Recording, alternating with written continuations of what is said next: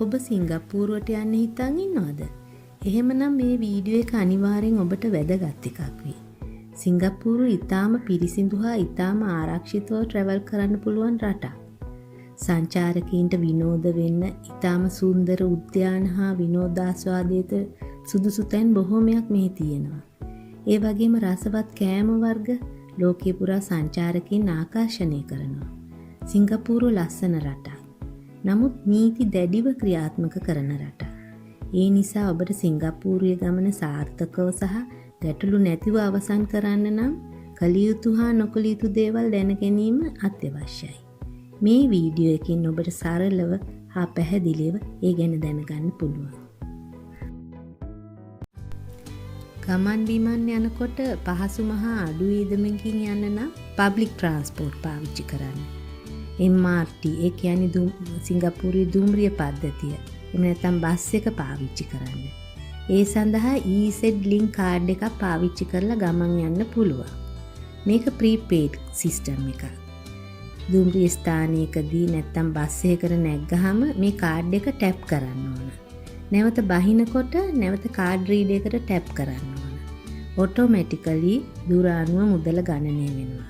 මේ කාඩ් එක සමහර ටැක්සිස් වලටත් පාවිච්චි කරන්න පුළුවන්. හැබැයි සියලුම ටැක්සි වලට නම් නෙමෙයි. හැමතිස්සෙම කුණු ආදිය ට්‍රෑෂ් වලට දාන්න. තැන තැන විසි කරන්න නම් යන්න එපා. ඔබ කාලා ඉතුරු වෙන මොන හරි කෑමක් වෙන්න පුළුවන්. එහෙම නැත්නම් හිස් බෝතලයක් වෙන්න පුළුවන්. ඔබ ඒක ළඟ තියාගෙන ට්‍රෑෂ් එකක් දැක්කම එතනට ගිහිල්ලා ඒකට විසි කරන්න. මොකද එහෙම නැත්නම් දඩයක් වදින්න පුළුවන් අහුනොත්. කෝච්චි වල බස් වල යනකොට කෑම ගැනීම නම් සම්පූර්ණයෙන් තහනම්. මේ වගේ පබ්ලික් ට්‍රාන්ස්පෝර්ට් වලදී නම් කෑම තියා සෝඩා එකක්වත් බොන්න එපා. මොකද පබ්ලික් ට්‍රාන්ස්පෝර්ට් වල පිරිසිදුකම රැක ගන්න ඕන නිසා තමයි ඒ වගේ නීති හදලා තියෙන්නේ. සමහරට අහුනොත් දඩයක් වදින්න පුළුවන්.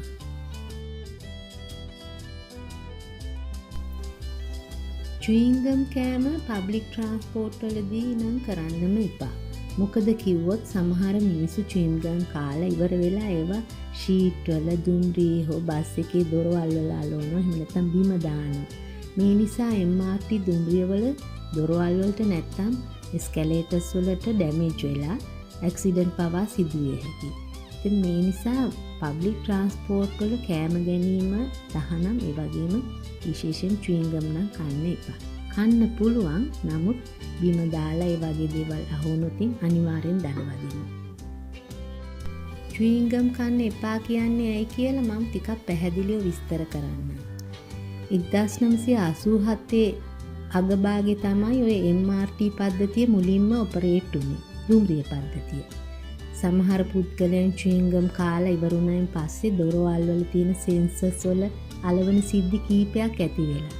මේ නිසා දුම්රිය දොරවල් වහින්න නැතුව ගිහින් දුම්රිය සේවාවට බාධා ඇති වෙලා. ඒ වගේ සිද්ධි වලින් පසුව තමයි 1992 දී චුයින්ගම් මේ රටට ඉම්පෝට් කරන්න, විකුණන්න, නිෂ්පාදනය කරන්න රට තුල තහනම් කළා. අදටත් සුපර් මාකට් එකක හරි වෙනත් කිසිම තැනක චුයින්ගම් නම් විකුණන්න නැහැ. බිම විසි කරලා දාලා වුණොත් නැත්නම් කොයි හරි අලවල වගේ දෙයක් කළොත් ඒක අදටත් දඩයක් ගෙවන්න වෙන වරදක්. පොදු ස්ථානවල ඒ කියන්නේ පබ්ලික් ඒරියා වල ධූම්පානය කරන්න එපා. MRT ස්ටේෂන් එකක්, එහෙම නැත්නම් බස් එකක්, නැත්නම් පාක් එකක්, shopping mall එකක්, ඒ වගේ තැන්වල ධූම්පානය කළොත් දඩයක් වදින්න පුළුවන්. එහෙම අත්‍යවශ්‍යතාවයක් තියෙනවා නම් ස්මෝකින් සෝන් එකකට ගිහිල්ලා ධූම්පානය කරන්න පුළුවන්. මෙන්න මේ වගේ ස්මෝකින් සෝන් සයින් තියෙන තැන්වල ධූම්පානය කිරීම තහනම් නැහැ. නගරයේ ඇවිදිනකොට විශේෂයෙන් ගොඩක් සෙනග ගැවසෙන පාරවල් වල ඇවිදිනකොට pedestrian crossing එකක නැත්නම් zebra crossings පාවිච්චි කරන්න. red light වැටිලා තියෙන වෙලාවට නම් පාර පයින්න යන්න මෙපා. අනිවාර්යෙන් දඩයක් වදිනවා. green light වැටෙනකම් ඉඳලා පාර cross කරන්න. drugs ළඟ තබා ගැනීමට නම් කිසිදු අවසරයක් නැහැ. පොඩි ප්‍රමාණයක් හරි ළඟ තිබිලා වුණොත් දැඩි දඬුවම් අනිවාර්යයි. එයාපෝට් වලදී එහෙම දැඩිව චෙක් කරනවා. ඉතාලම පරිස්සම් වෙන්න ඕන.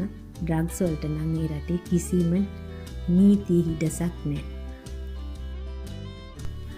එස්කැලේටර්ස් වල යනකොට හැම විටම වම් අත පැත්තේ හිටගන්න. සමහර අය හදිසි අවස්ථාවලදී එස්කැලේටර් එකේ ඉක්මනට ඇවිදගෙන යනවා. බොහෝ වෙලාවට දුම්රිය ස්ථානයේදී කෝච්චිය එන වෙලාව ළඟයි නම් අනිත් අය එස්කැලේටර් එකේ වේගයෙන් ඇවිදගෙන යනවා. ඒ අයට යන්න ඉඩ දීලා අනිත් අය හැම විටම වම් පැත්තෙන් හිට ගන්න ඕන. ඒක නම් හැම රටකම වගේ නීතියක්ම නෙමෙයි, හොඳ පුරුද්දක්. ඩිසිප්ලින් එකක්.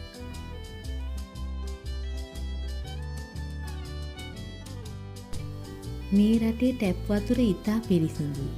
හොඳින් පෙරලා සකස් කරලා තමයි ජල පද්ධතියට එකතු කරන්නේ. ඒ නිසා ටැප් වතුර බය නැතුව බොන්න ගන්න පුළුවන්. පබ්ලික් ඒරියාවලදී පාකයකදී හෝ ආහාර මධ්‍යස්ථානයක් අසල ගැවසෙන කුරුල්ලන්ට කෑම දෙන්න යන්න එපා. මේක නීති විරෝධී වැඩක් වෙන්න පුළුවන්. මොකද එතකොට සත්තු ගොඩක් එතනට රොක් වීමෙන් එතන අනිත් අයට කරදර ඇති වෙනවා. ඒ වගේම මේ සත්තුන්ගේ අපද්‍රව්‍ය රැඳිලා එතන අපිරිසිදු වෙනවා. එච්චරක් විතරක් නෙමෙයි රෝග ආදිය පවා පැතිරෙනවා. ඒක අනිත් අයට කරදරයක් ඇති කරනවා. ඒ නිසා පාර්කයකදී වෙන්න පුළුවන්, ෆුඩ් සෙන්ටර් එකකදී, එහෙම නැත්නම් ඔබ නැවතී සිටින තැනක බැල්කනියකදී සත්තුන්ට කෑම දීම කරන්න යන්න එපා. උද්‍යානයකදී හරි මහජනයා ගැවසෙන තැනකදීවත් ෆොටෝ ගන්න ඒ වගේ දේවල් කරන්න පුළුවන්. හැබැයි කුරුල්ලන්ට කෑම දීමෙන් වළකින්න. සතුටු වෙන්න, විනෝද වෙන්න බලන්න යන්න පුළුවන් තැන් ගොඩාක් තියෙනවා සිංගප්පූරුවේ. සමහර තැන් දවල් කාලයට බලන්න යනවට වඩා රාත්‍රී කාලයේදී වඩාත් ලස්සනයි. ආවේනික විශේෂ කෑම බීම අපේ දිවට හුරු ස්පයිසි ෆුඩ්ස් ගැන දැනගෙන යන එක හොඳයි. සිංගප්පූරුවේ ඇවිදිමින් යුනික් එක්ස්පීරියන්ස් එකක් ගන්න ඉදිරියට දාන වීඩියෝ කීපයකින්ම පුළුවන්. channel එක subscribe කරලා තියාගන්න. කමෙන්ට් එකක් දාන්න. නැවත සිංගප්පූරු වීඩියෝ කීපයකින් හමු වෙමු.